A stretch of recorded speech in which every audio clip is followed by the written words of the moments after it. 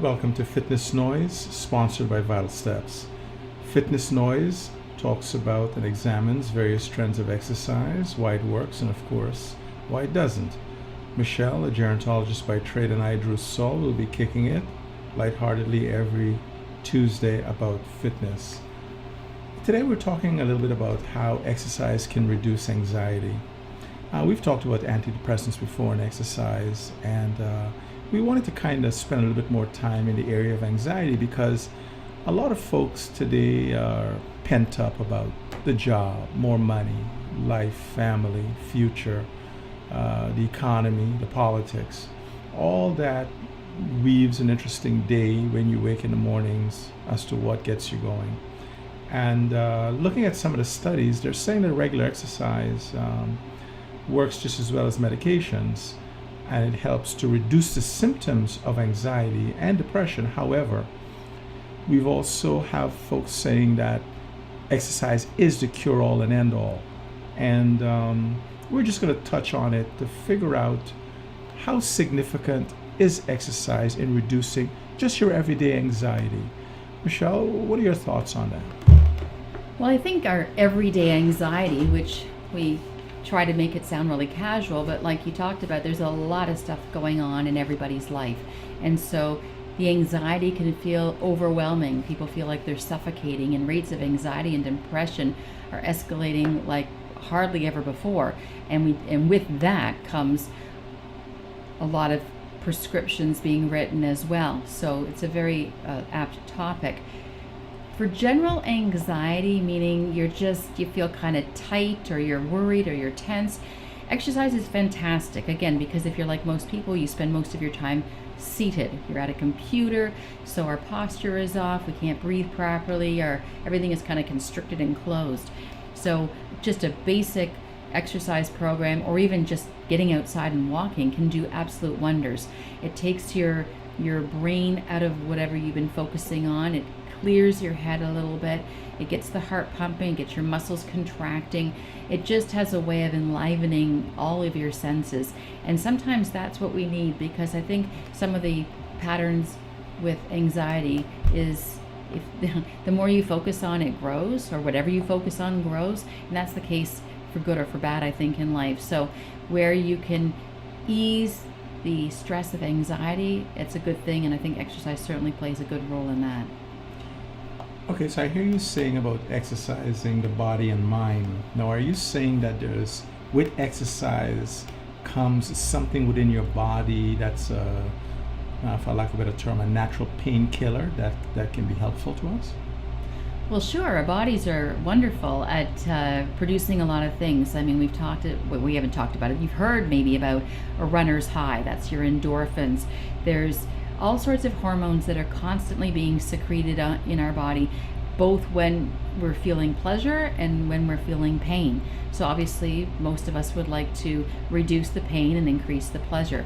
So for exercise to really work, it does have to be done at that minimum moderate to vigorous intensity, so that you can give those hormones a chance to kind of get in there. And sometimes, when people describe, to go back to the runner's high, it's the intensity of it, but sometimes it's just literally you've taken your body and your mind outside of wherever you were that may have been causing some of the anxiety, so you can refocus your attention, and that can be very energizing in and of itself.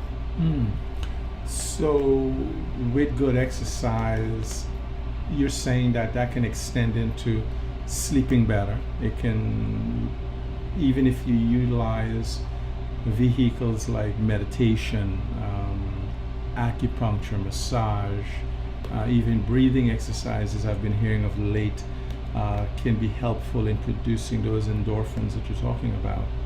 Now, touching on another issue that comes along with anxiety are panic attacks I've been hearing about.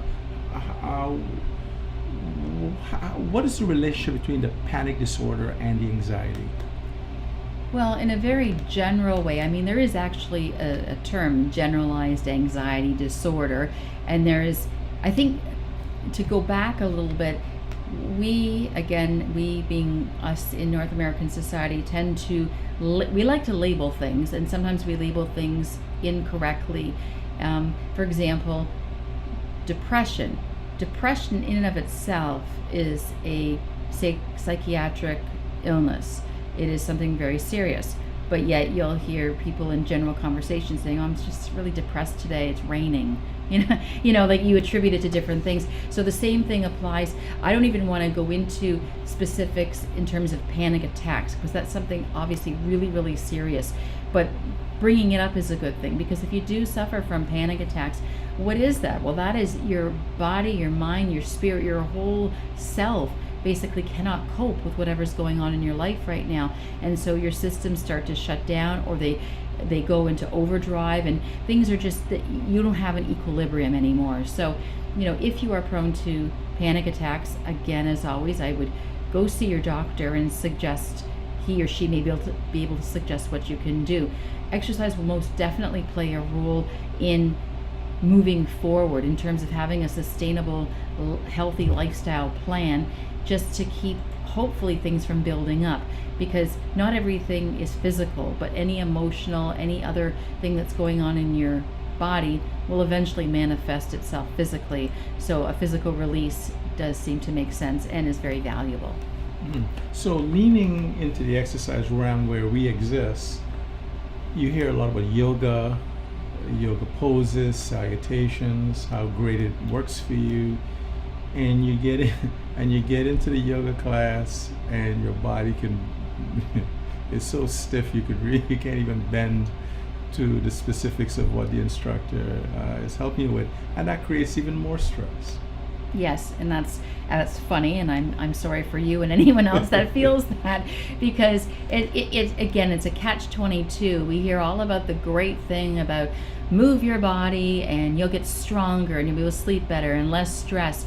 But when the very act of getting ready and preparing for the exercise or doing it puts you into a state of stress or extreme self-consciousness, it's really hard to sell that, right? Mm-hmm. So in the case of yoga's been around for thousands of years, and it has proven to be a very valuable tool, and for some people it's actually a lifestyle. Probably one of the better things that it does is it helps people slow down and to be more mindful and to pay attention to their breathing. I like to use we as in North Americans, we're shallow breathers. Most people breathe so shallowly that what usually happens as you inhale, your whole chest, your whole body goes up, and you exhale, and it's a very quick, very non-satisfying exhale. If we would get used to breathing as we did when we were babies, if you ever watch a baby, when they inhale, their tummy goes out, it expands, and then it comes back. That's a full body breath, and that's what we want to get used to doing. So if you can do that in yoga, that's great. The postures, again, know your body and know what you're willing to try, and do not do anything that feels wrong. And again, that's a tricky thing, because if you're new to exercise, it's possible everything is going to feel wrong, or nothing is going to feel quite right or comfortable. But yoga is not for everyone, or not every position is for everybody. Certain bending, certain rotating or twisting is just not sound for a lot of people. But again, when it's packaged as being the most natural thing in the world, people can start to feel some pressure that they must perform, they must do this. I would always suggest consulting with a professional in whatever realm that is, whether it's the yoga instructor before the session, whether it's a health and fitness professional outside of that, or just doing a little bit of reading, because there are so many different variations of yoga, some of which are not at all appropriate for certain people. And even if you choose what you think is the gentlest version, there may be something that, again, it's all relative. It's gentle for that particular group, but it may not be gentle for you and what your body's experiencing. Yeah.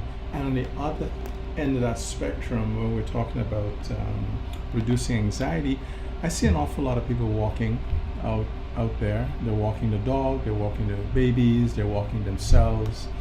But of course, walking has a top end to it, that after a while you get no benefits from it. What are some of the sort of the negatives, or the circumstances that come about when you do too much walking and it doesn't help? Okay, well, interesting. I mean, walking, let's face it, is the most natural thing. That's what, as babies, we grow up, we learn how to walk, and if you're lucky, you can walk for most of your life independently. It's a bilateral movement, meaning both sides of your body are working, but in a nice symmetrical fashion, which is why walking is in of itself a great mind releaser, because again, you're getting your brain working on both sides, and both sides of your body have to work. So it's an interesting thing. I would say on one hand, walking is perfect in a lot of ways, but yes, there are some shortcomings to it.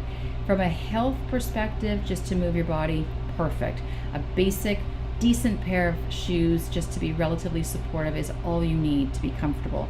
You don't need to invest in a lot of anything, quite frankly. Anything that you're wearing that's comfortable is suitable, and again, good, suitable, comfortable shoes will do it.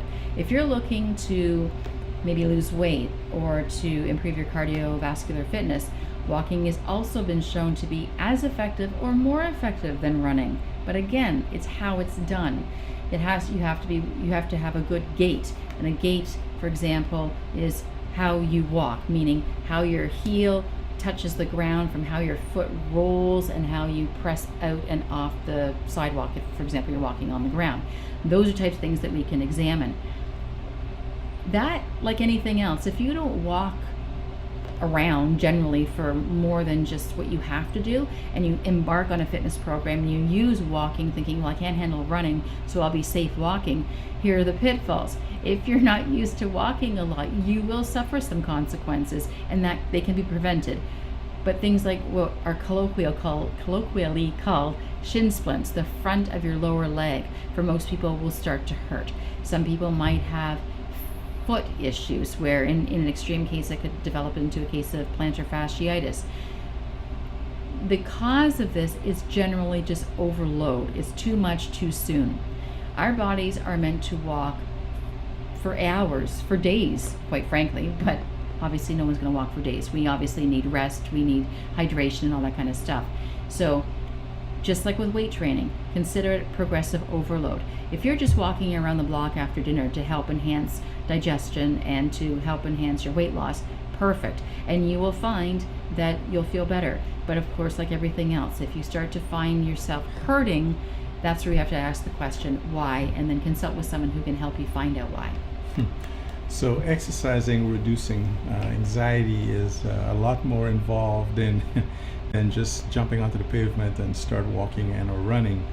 But definitely it boosts your energy and mood. It improves your mental and physical health, and you can definitely get a lot of benefits. But again, you have to pay attention to what you're doing. Folks, I hope you enjoyed this particular episode.